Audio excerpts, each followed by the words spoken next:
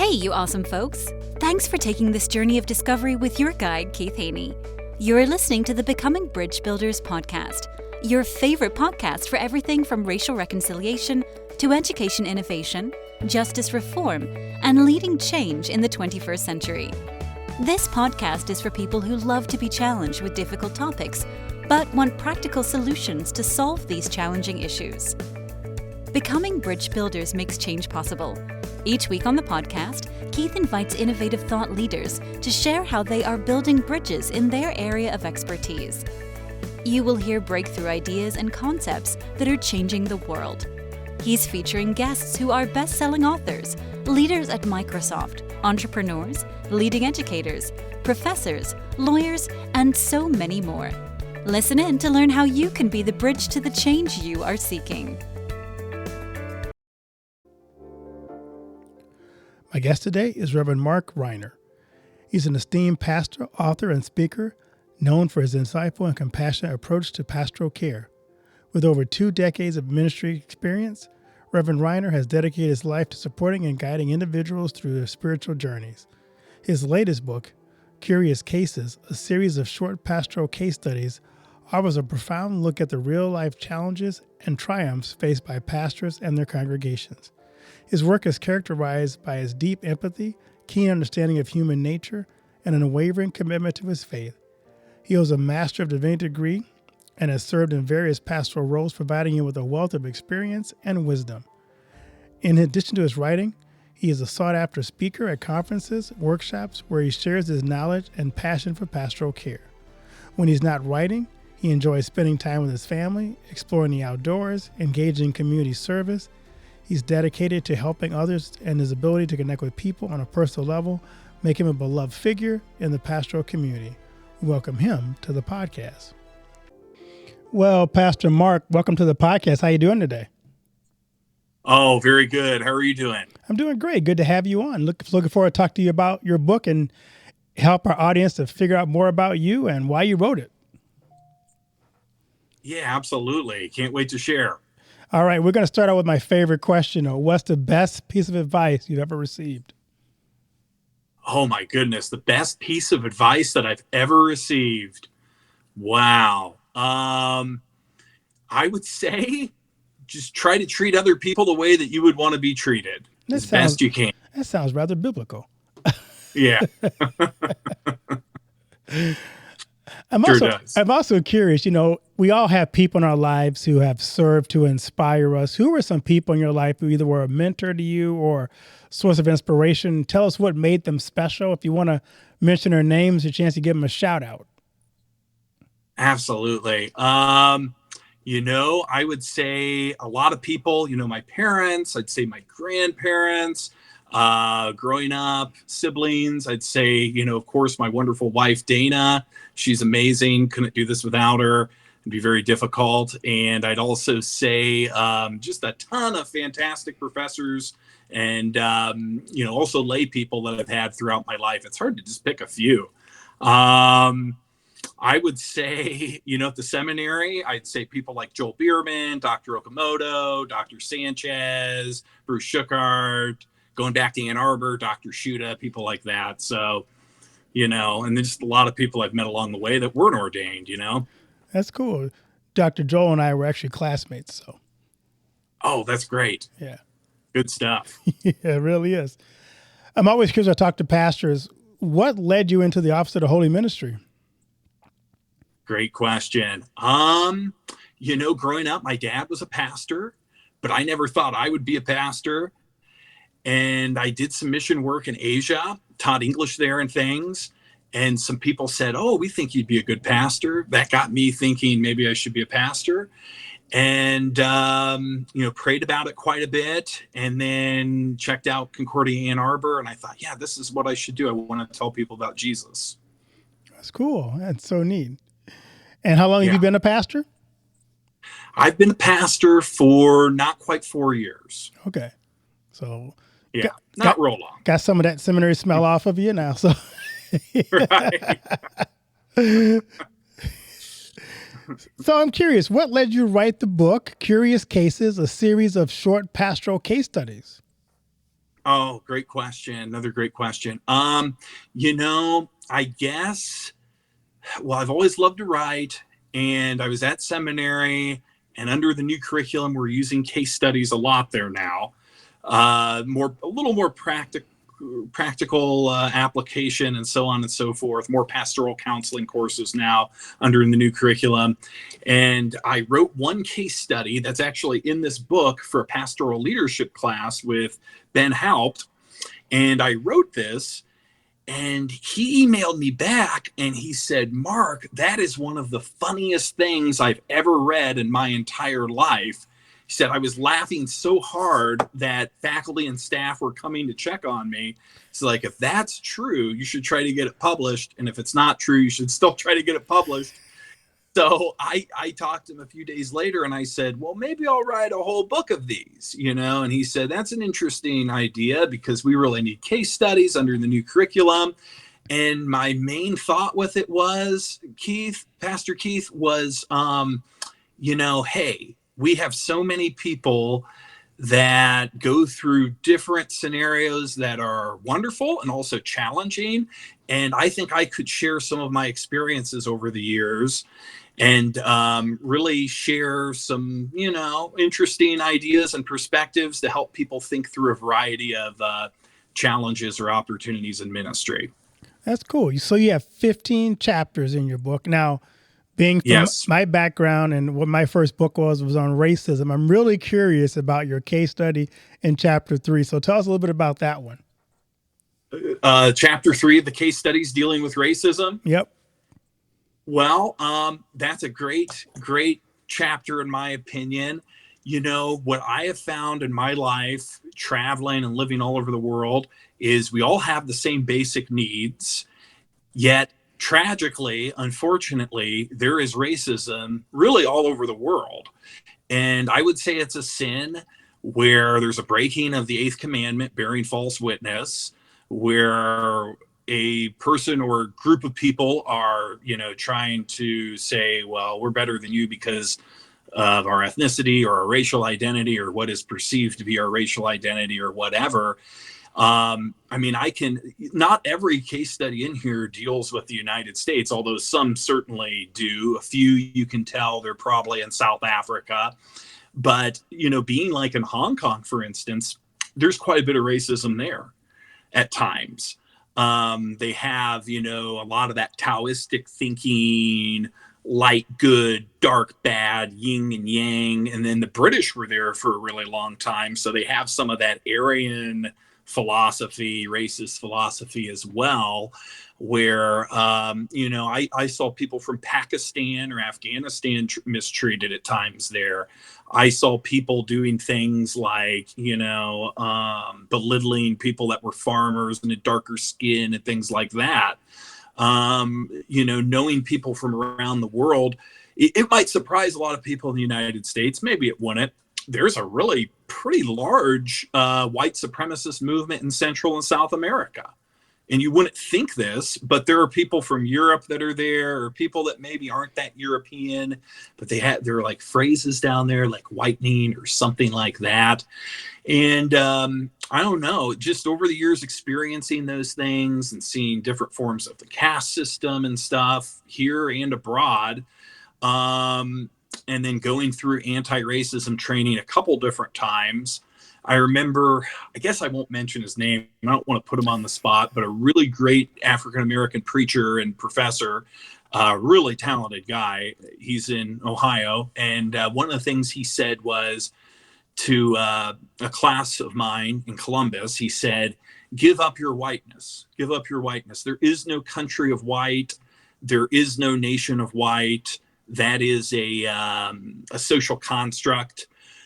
I don't know, the British created it or the Spanish or whomever, to differentiate themselves from other people. It's like, just be specific. If your family is French or Greek or German or whatever it might be, just specifically say that, and also have some courage to go to places and worship the Lord where you're not necessarily in the majority, kind of like what Dietrich Bonhoeffer liked to do. He loved to worship at African American churches in Harlem.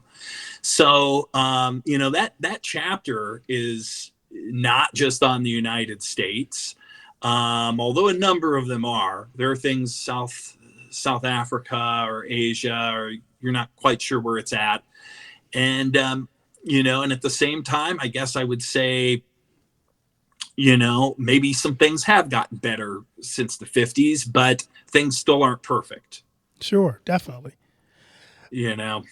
I'm curious, you only had 15 chapters. There are so many things you could write about in terms of pastoral ministry. Why did you how did you select the cases you did have for your book? That's interesting. I just sort of organically wrote this, Pastor Keith. So like something would come up and I'd be like, well, that can't really fit into, rural and small town ministry. And then I'd create a chapter on urban and inner city ministry. And I'd be like, that's where that would fit. And then there'd be one on conflict resolution. So they just kind of naturally came up, and I had so much more to write. Oh, but I had been writing for 2.5 years, and I said, I don't want to make this too long because I don't want people to be intimidated looking at it on Amazon or whatever. So I'm like, I'm just going to keep it there. And I've started writing my second book, which I have 69 of the 80 case studies written. And so the ones that I wanted to write about with the first book, the chapters like artificial intelligence and things like that, I've put in the second book. Which case study was the hardest for you to write?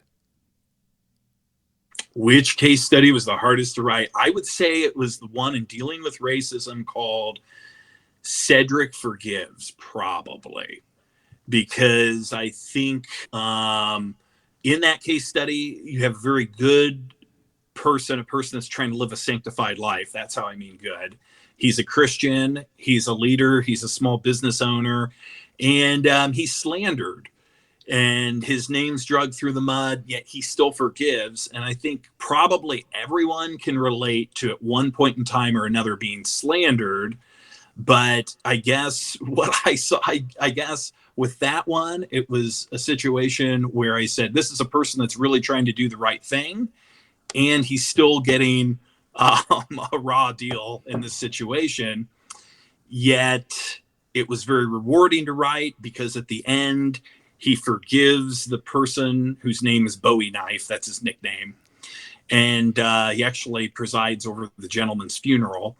And I think a lot of people hear about Jesus through that. So it was the most difficult one to write because, I've seen so many situations like that where somebody's slandered, yet the most rewarding because he forgives and points people to Jesus.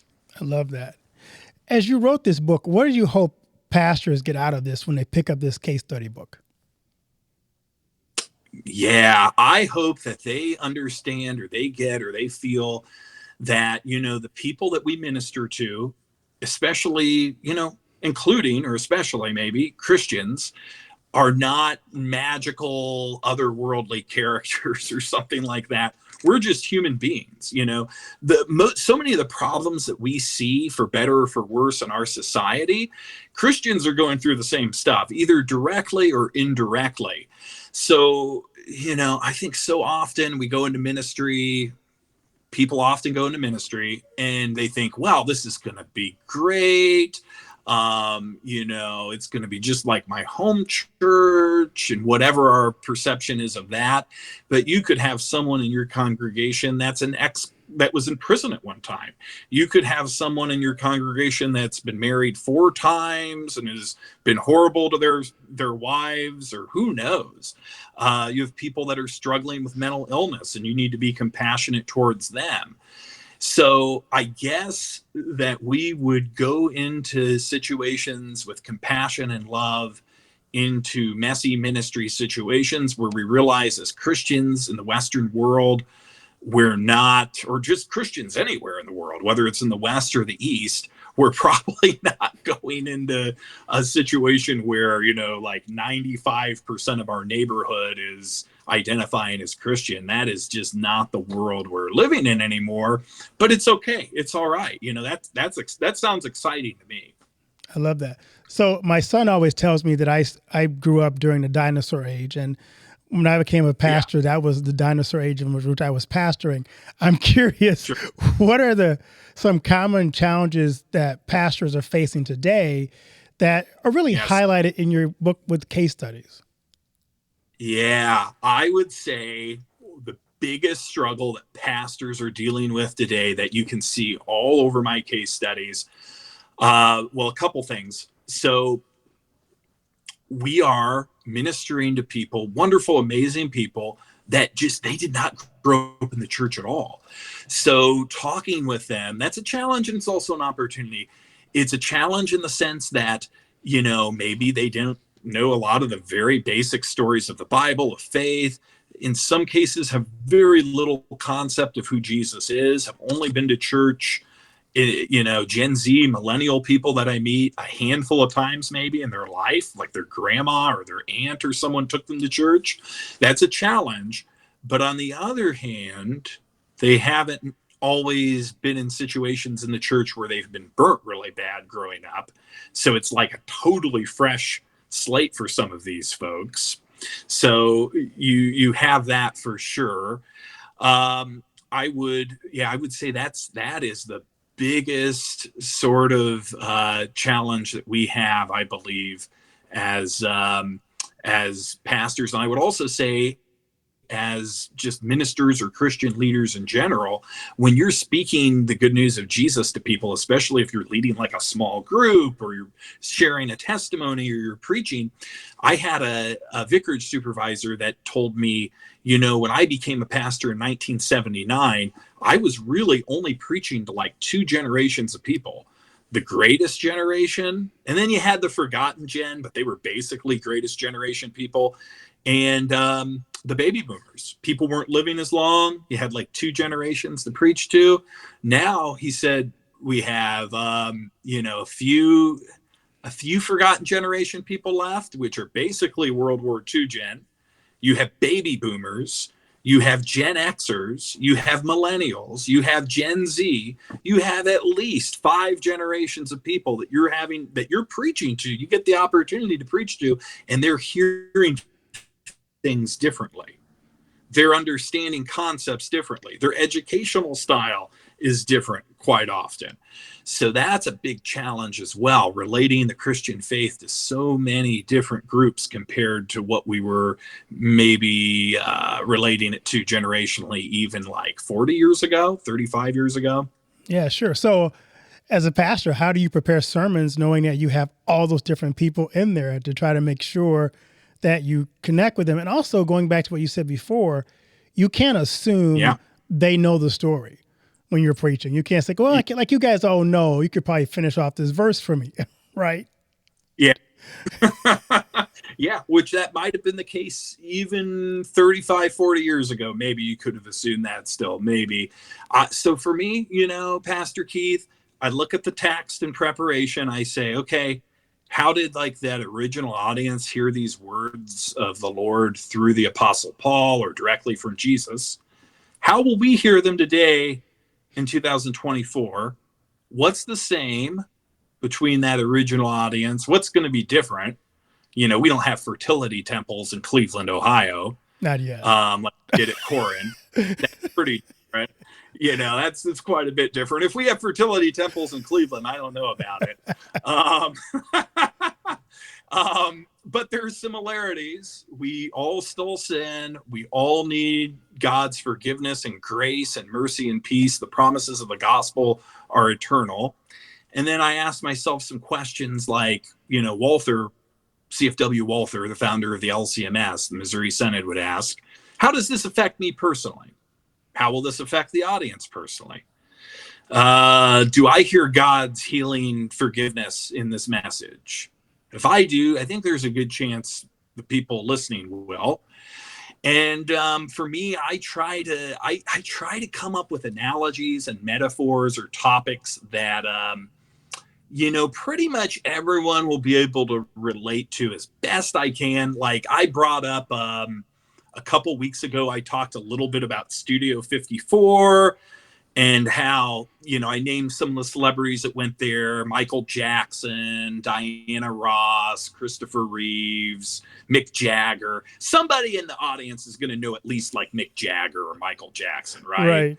So I think, okay, everybody's going to sort of be able to relate to that. And I talked about how in Western society, individualities really lifted up, but community is often remembered for years to come. And as Christians, we're a body of believers inside of Jesus Christ, and so on and so forth. So I guess, in short, I really try to find points of commonality that the 80-year-old gentleman in the congregation will be able to relate to and think, oh yeah, I know it's Studio 54. Oh yeah, Mick Jagger used to go there.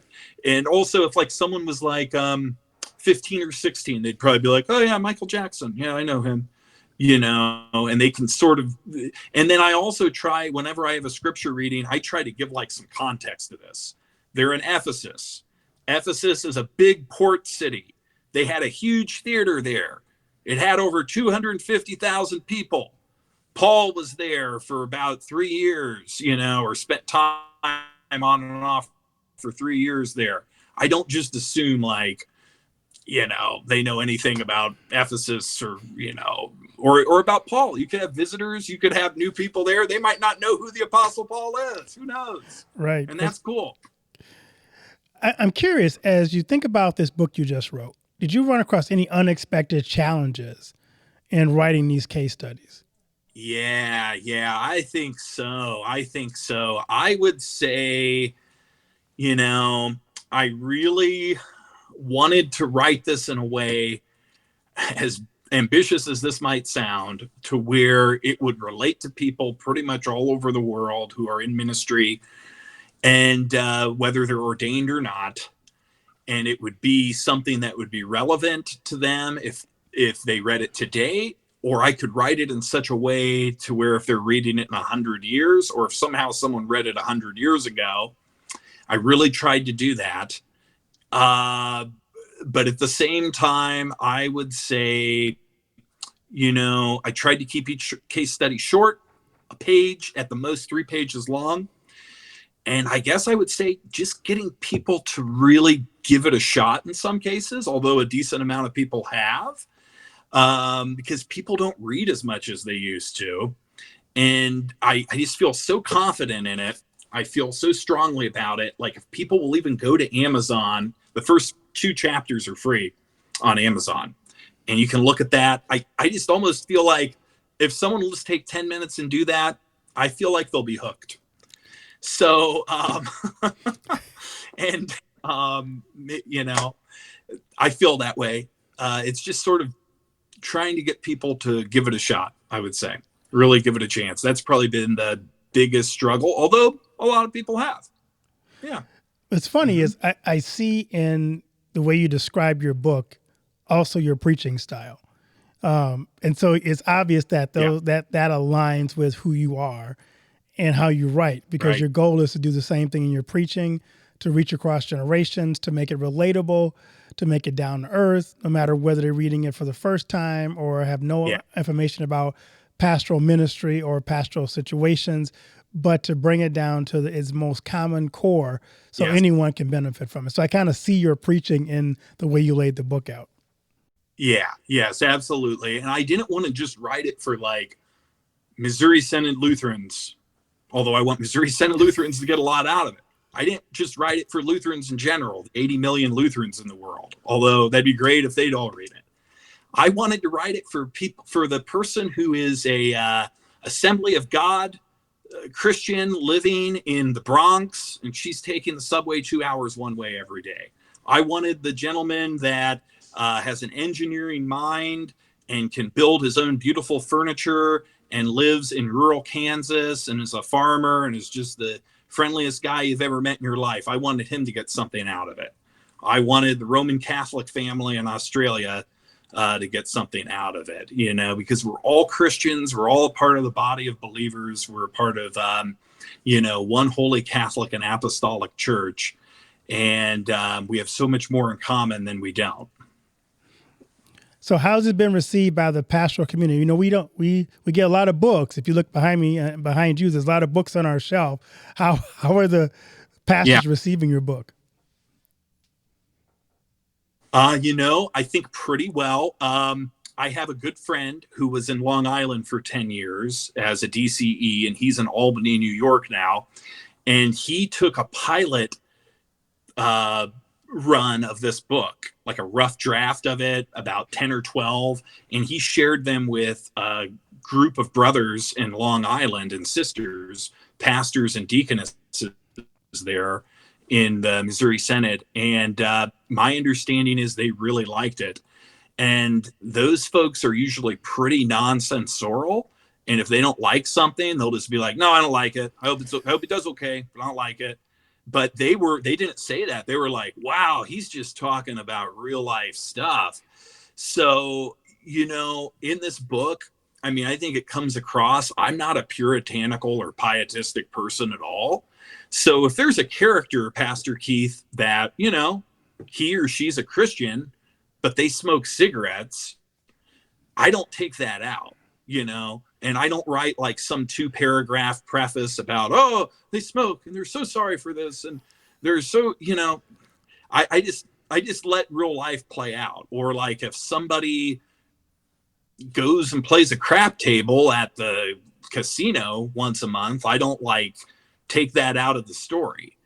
So, and that includes, if somebody's working at a soup kitchen or something like that, or doing a mission trip and they meet someone in the story that's a lady and they're an ordained pastor, I don't cut that out either. So I think sometimes maybe sometimes more like our confessional, we are confessional. We're Missouri Synod Lutherans. I think sometimes people will read it and they'll be like, wait, is he saying he thinks people should be smoking cigarettes? Wait, there's a lady on this mission trip that identifies as a pastor. Is he trying to promote that? And it's like, no, I'm just trying to present real life as I see it. I'm not trying to give like a sanitized version of the world to people. I'm just trying to let things play out fluidly and organically. But I think every once in a while, that sort of maybe makes people a little bit hesitant about using it at their church because they're so concerned somebody's going to read the one in this one chapter where they're, whatever, like someone's smoking or I'm just trying to present real life to people as best I can. I appreciate that because life is, I always say missions is messy and life is messy. So if you're going to do missions in the world, you're going to run across messiness or things that don't always make us feel comfortable. Yeah. Yes. Yeah, absolutely. For sure. So I have a question for you. If you are a circuit or winkle of pastors, how would you recommend a circuit use your book as a study guide? Great. I think it's a perfect icebreaker. I really do, Pastor Keith. We have circuits that are let's just talk about the Missouri Synod. And I think it goes into other denominations as well. You might have a guy that is a second career military vet. This man has seen combat, this man or this young man. And then you'll have another person who, they have 2 PhDs. They've been in school their whole life until a month ago. You have another person, they want to do campus ministry and outreach on the beach. And the other person, they get sick if they go outside for 5 minutes. And you have all these different generations and perspectives and, these lady deaconesses and these men, all in this winkle. And sometimes we can be really private and, not wanting to talk about things that are really happening or close to us in our lives. But if we read this, then, the 75-year-old gentleman who's pretty old school, he can kind of open up to the guys and the ladies in the winkle and say, I had an organist that was doing something like that about 10 years ago. And, it's like, really? Wow, I did too. And it gets the conversation going. And maybe in some cases, people will say, this Mark Renner guy, this Pastor Renner, he's nuts. I don't know what he's talking about. And they can just put it on me. And, they can just say, yeah, this guy's crazy. I don't even know why we're reading this right now. Or they might say, hey, this is really good. And conversation starts going. I think for a circuit, I think for a district convention, I think for a Bible study, it is fantastic as an icebreaker. And you have biblical questions, reflection questions at the end with Bible passages there often. Or what does this story specifically remind you of any words from Jesus in the Gospel of John or in the New Testament? So, it can very much so be a good icebreaker. It very much so can get conversation going. And I guess I'll say this too. I'm a big film fan. One of my favorite directors is Martin Scorsese, who did movies like Silence and Casino and Goodfellas and movies like that. Some of them are pretty violent, so maybe don't watch those. But he, one of the things he said that really motivates him in his directing style is men love little short stories, little rips. And, we don't necessarily want to talk about one subject for 4.5 hours, but like when you're going to like the gym or to golf, you want to say like, you want a little story. You want to be like, how do you think the Warriors would have done against the 96 Bulls? Or, what do you think Martin Luther would be saying about this today in 2024? And we want to have kind of these short, fun, interesting conversations that each last, 5 or 10 minutes, and then move on to something else. And that's my writing style very much. You don't have to commit half a day to reading one. If you don't like it, so, well, it took like 5-10 minutes to read, and you just move on. So I think it very much is written in a way the way people read today in our Twitter world. And it's good because I think as pastors, and especially in our pastors' gatherings, Winkles, circuit meetings, if you talk about difficult topics and work those out before it happens, when someone comes to your church with a situation like that, you've at least had maybe many different views of ways other people have handled it. It may give you some ideas to deal with it yourself. I always thought when I did one of my assignments was to redo the Winkle meetings. And that was one of the things was to have these kind of case studies where you brought in maybe experts to talk about things that you want to have an idea of before it happens in your church, so that you've worked out a policy or at least a belief in your mind that you can spin that off of and have it ready to give an answer. Absolutely. For sure. Yeah. You think through it, you hear a variety of perspectives, and, maybe you won't come to the exact same conclusion as the other brothers or sisters, but you come to somewhere in between, a responsible conclusion of your own from the Lord. Yeah. Yes. This is great.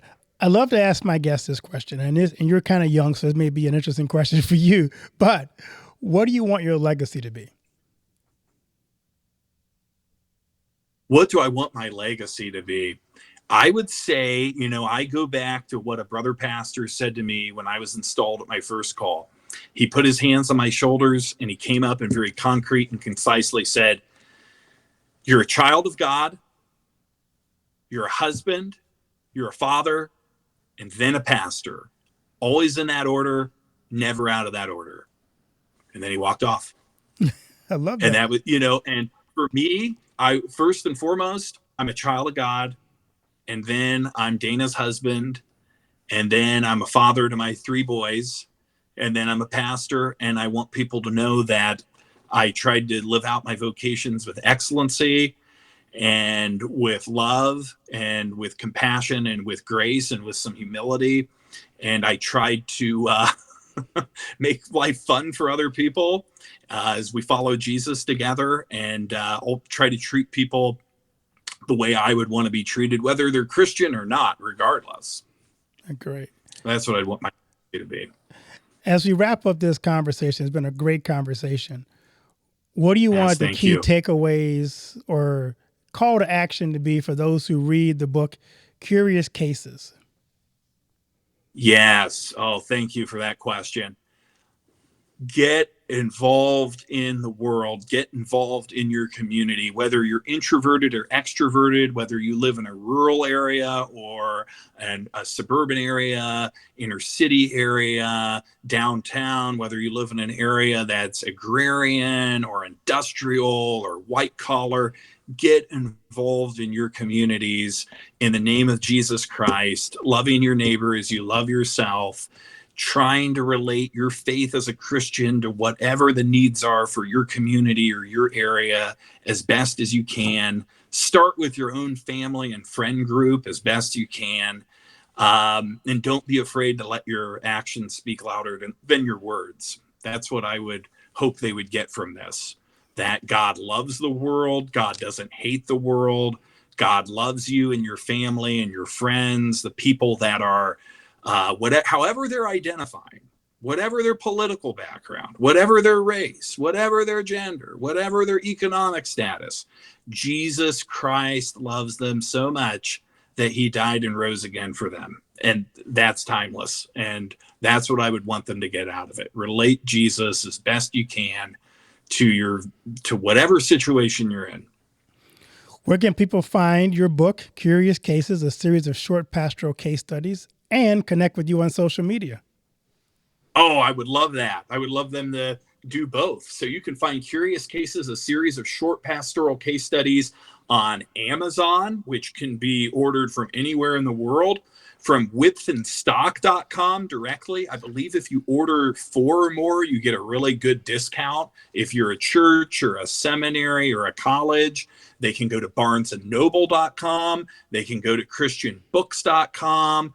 And then there are also smaller retailers, I believe, discountbooks.com, so on and so forth. But you can definitely find it on Amazon, and you can buy it in bulk from withandstock.com. And if they want to have you come speak at their LWML gathering or any other event, how can they connect with you personally? Absolutely. They can email me at markjrenner87@gmail.com. So MARK, J as in Jordan, Renner, RENNER, 8, 7 @gmail.com. Well, Mark, thanks so much for joining us today and sharing your story and your book. And may people pick it up and read it and share it. And also, if you go to Amazon and leave a review, it helps Mark's book become more popular and get found by other people as well. So leave a positive review on his Amazon page as well. Thank you, Pastor Keith. I really appreciate it. This was so much fun. I could have talked to you all day. Well, thank you. Have a great one, Mark, and blessings on this book and your next book. Thank you. I appreciate it. Talk to you soon. Thanks for listening to Becoming Bridge Builder. If you enjoyed this episode and want to help support the podcast, please subscribe and share it with others. Post about it on social media or leave a rating and review. To catch all the latest from me, you can follow me on Instagram @bkeithhaney and on Getter and Twitter @RevHeadpin. Thanks again and tune in next time.